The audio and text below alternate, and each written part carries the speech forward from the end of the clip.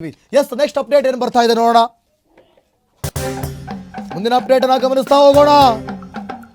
ಕಲ್ಲೇರಿಯಿಂದ 2 kilometre ದೂರದಲ್ಲಿರುವ spot 15 ಸ್ಥಳಕ್ಕೆ AC Stella Varghese, SP ದಯಾಮಾ ಭೇಟಿ ಕೊಟ್ಟಿದ್ದಾರೆ. ಎಫ್ಎಸ್ಎಲ್ ಸೋಕೋ ತಂಡಗಳು, ಪೊಲೀಸರು ಕೂಡ ಭೇಟಿ ಕೊಟ್ಟಿದ್ದಾರೆ.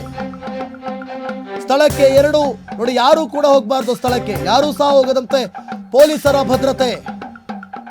ಸ್ಥಳದಲ್ಲಿ ಮಾಸ್ಕ್ ಮ್ಯಾನ್ ಕೂಡ ಇದ್ದಾರೆ. ಸ್ಥಳದಲ್ಲಿ ಮಾಸ್ಕ್ ಮ್ಯಾನ್ ಕೂಡ ಇದ್ದಾರೆ. ಮಾಸ್ಕ್ ಮ್ಯಾನ್ ಅನ್ನು ಕೂಡ ಇದ್ದಾರೆ.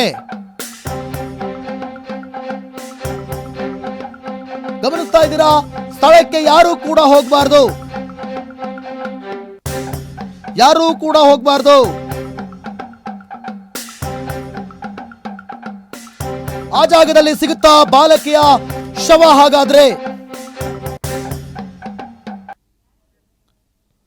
ನೋಡಿ, ವೆರಿ ಇಂಪಾರ್ಟೆಂಟ್ ರೀ. ಈ ಒಂದು ಸ್ಪಾಟ್ ಈಗ ಸಾಕಷ್ಟು ಕುತೂಹಲವನ್ನ ಮೂಡಿಸ್ತಾ ಇದೆ. ಎಫ್ಎಸ್ಎಲ್ ಸೋಕೋ ತಂಡಗಳು ಅಲ್ಲಿಗೆ ಆಗಮಿಸಿವೆ. ಸ್ಥಳಕ್ಕೆ ಯಾರು ಕೂಡ ಹೋಗಬಾರ್ದು. ಮಾಧ್ಯಮದವರನ್ನು ಕೂಡ ಅಲ್ಲಿ ಬಿಡ್ಕೊಳ್ತಾ ಇಲ್ಲ, ಯಾರನ್ನು ಕೂಡ ಅಲ್ಲಿ ಕರೆಸ್ತಾ ಇಲ್ಲ, ನೋಡೋದಕ್ಕೆ ಬಿಡ್ತಾ ಇಲ್ಲ. ಉಪ್ಪಿನ ಮೂಟೆಯನ್ನು ಹೊತ್ಕೊಂಡು ಹೋಗಿದ್ದಾರೆ. ಸ್ಥಳಕ್ಕೆ ಎಸಿ ಸ್ಟೆಲ್ಲಾ ವರ್ಗೀಸ್, ಎಸ್ಪಿ ದಯಾಮಾ ಭೇಟಿ ಕೊಟ್ಟಿದ್ದಾರೆ. ಆಮೇಲೆ ಆ ದಯಾಮಾ ಅವ್ರದ್ದೊಂದು ಕೇಸ್ ಇದೆ ಅಪ್ಪ, ಅದು ಯಾವುದೋ HD ಕೋಟೆಯಲ್ಲಿ ಅನಿಸುತ್ತೆ. ಯಾರ್ದೋ ಶವನ ಹೂತು ಹಾಕ್ಬಿಟ್ಟು ನೀವು ಯಾರ್ದೋ ಕರ್ಕೊಬಂದು ಮಲ್ಲಿಗೆ ಅನ್ನೋ ಕೇಸು ಗೊತ್ತು, ನಮಗೆ ಲಾಯರ್ ಹೇಳಿದ್ದಾರೆ. ದಯವಿಟ್ಟು ಸ್ವಲ್ಪ ಅಲ್ಲಿ ಸ್ವಲ್ಪ ಸ್ಟ್ರಾಂಗ್ ಆಗಿರೋ ಪ್ರಾಮಾಣಿಕ ಅಧಿಕಾರಿಗಳನ್ನು ಹಾಕ್ರಿ, ನಮಗೆ ಪ್ರಾಮಾಣಿಕ ಅಧಿಕಾರಿಗಳು ಬೇಕ್ರಿ ನಮಗೆ. ಅಲ್ಲಿ ಸ್ಥಳಕ್ಕೆ ಎಸಿ ಸ್ಟೆಲ್ಲಾ ವರ್ಗೀಸ್ ಹೋಗಿದ್ದಾರೆ. ಎಫ್ಎಸ್ಎಲ್ ತಂಡಗಳಲ್ಲಿ ಹೋಗಿವೆ. ಸ್ಥಳಕ್ಕೆ ಯಾರು ಹೋಗದಂತೆ ಪೊಲೀಸರ ಭದ್ರತೆಯನ್ನು ಮಾಡಲಾಗಿದೆ, ಪೊಲೀಸರ ನಿಯೋಜನೆಯನ್ನು ಮಾಡಲಾಗಿದೆ.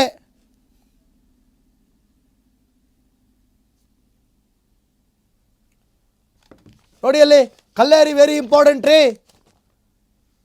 ಕಲ್ಲೇರಿ ವೆರಿ ಇಂಪಾರ್ಟೆಂಟ್. ಇಲ್ಲಿವರೆಗೂ ನಾವು ಕಾಯ್ತಾ ಇದ್ದಿದ್ದೆ ಇದು ಕಲ್ಲೇರಿ ಜಾಗ. 6ನೇ ಸ್ಪಾಟ್ ನಲ್ಲಿ ಅಸ್ಥಿಪಂಜರ ಸಿಕ್ಕಿದೆ. ಸ್ಥಳದಲ್ಲಿ ಸಾಕಷ್ಟು ಜನರು ಇದ್ದಾರೆ ಅಲ್ಲಿ, ಆದ್ರೆ ಯಾರನ್ನು ಕೂಡ ನೋಡೋದಕ್ಕೆ ಬಿಡ್ತಾ ಇಲ್ಲ. 13ನೇ ಸ್ಪಾಟ್ ಅನಾಥವಾಗಿ ಉಳ್ಕೊಂಡಿದೆ. ಅದು ಕೂಡ ಅಗೆಯೋ ಕಾರ್ಯ ಆಗುತ್ತೆ, ಆದರೆ ಇವತ್ತಾಗಲಿಲ್ಲ ಅಂದ್ರೆ ನಾಳೆ ಮುಂದಿನ ದಿನಗಳಲ್ಲಿ ಆಗುತ್ತೆ. ಸ್ಥಳಕ್ಕೆ ಯಾರೂ ಕೂಡ ಹೋಗದಂತೆ ಪೊಲೀಸರ ಭದ್ರತೆಯನ್ನು ನಿಯೋಜಿಸಲಾಗಿದೆ.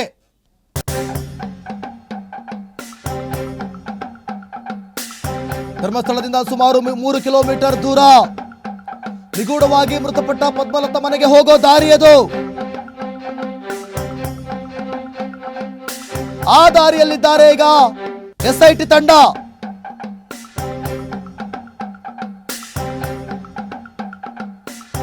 ರಸ್ತೆ ಬಳಿಯೇ ಟೇಪ್ ಹಾಕಿ ಒಂದಷ್ಟು ಸೆಕ್ಯೂರಿಟಿ ವೈಸ್ ನೋಡ್ಕೊಳ್ತಾ ಇದ್ದಾರೆ ಅಲ್ಲಿ.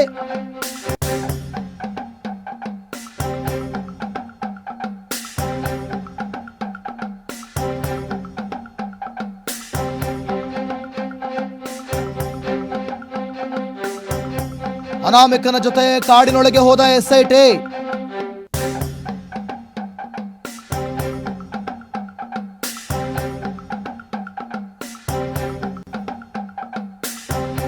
ಗೊತ್ತಾಗಲ್ವೇನ್ರಿ? ಧರ್ಮಸ್ಥಳದಿಂದ ಸುಮಾರು 3 ಕಿಲೋಮೀಟರ್ ದೂರ ನಿಗೂಢವಾಗಿ ಮೃತಪಟ್ಟ ಪದ್ಮಲತಾ ಮನೆಗೆ ಹೋಗೋ ದಾರಿ. ಗೋಂಕಿರತರ್ ಕಾಡಿನ ಒಳಗೆ ಪ್ರವೇಶ ಮಾಡಿದ್ದಾರೆ ಕಾರ್ಮಿಕರು. SIT ಕೂಡ ಪ್ರವೇಶ ಮಾಡಿದೆ.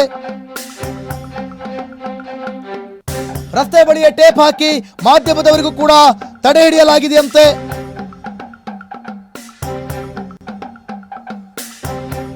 ಲೇಟೆಸ್ಟ್ ಅಪ್ಡೇಟ್ ಲಭ್ಯ ಆಗ್ತಾ ಇದೆ. ಆಮೇಲೆ ಆ ಬ್ರೇಕಿಂಗ್ ತಗೊಳ್ರಿ, ಬೇರೆ ಬ್ರೇಕಿಂಗ್ ತಗೊಳ್ರಿ. 15 ವರ್ಷದ ಬಾಲಕಿ ವಿಚಾರವಾಗಿ ತಗೊಳ್ರಿ.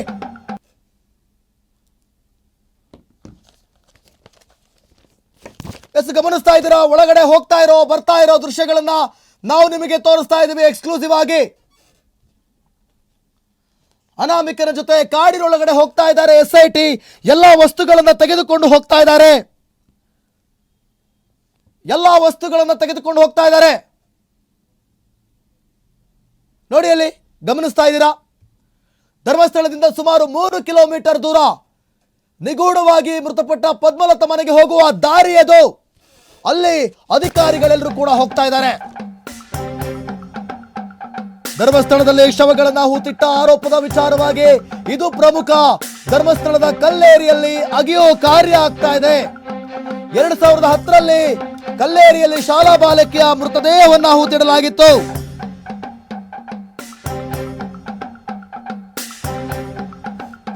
ಆಕೆ ಸಮವಸ್ತ್ರದಲ್ಲಿ ಹೂತಿದ್ದೆ ಅಂತ ಹೇಳಲಾಗಿತ್ತು. ಕಲ್ಲೇರಿ ಜಾಗವನ್ನ 15ನೇ ಸ್ಪಾಟ್ ಅಂತ ಗುರುತು ಮಾಡಲಾಗಿದೆ.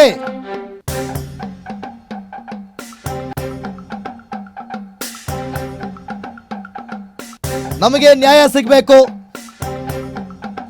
ನಮಗೆ ನೋಡಿ, 9ನೇ ದಿನಕ್ಕೆ ಚೇಂಜ್ ಆಯಿತು ದೂರುದಾರನ ಮಾಸ್ಕ್ ನಲ್ಲಿ ಅಡಗಿದೆಯಾ 108 ಪ್ರಶ್ನೆಗಳು. SIT ಅಧಿಕಾರಿಗಳು ಚೇಂಜ್ ಮಾಡಿಸಿದ್ರು ಮಾಸ್ಕ್ ಕಲರ್. ನೋಡಿ ಅಲ್ಲಿ ಬದಲಾಯಿತು ಅನಾಮಿಕನ ಮಾಸ್ಕ್. 9ನೇ ದಿನಕ್ಕೆ ಚೇಂಜ್ ಆಯಿತು ದೂರುದಾರನ ಮಾಸ್ಕ್. ಸಾಕಷ್ಟು ಪ್ರಶ್ನೆಗಳು. SIT ಅಧಿಕಾರಿಗಳು ಚೇಂಜ್ ಮಾಡಿಸಿದ್ರ ಮಾಸ್ಕ್ ಕಲರ್. ಯಾಕೆ? ಕಾರಣ ಏನು? ಈ ರೀತಿ ನಾನಾ ಪ್ರಶ್ನೆಗಳು.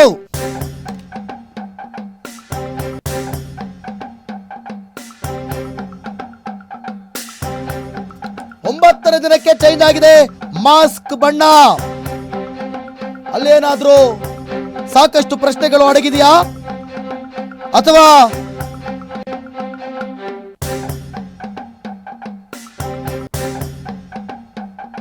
ಅಲ್ಲಿ ಏನಾದ್ರೂ ಬದಲಾವಣೆ ಆಗ್ತಾ ಇದೆಯಾ?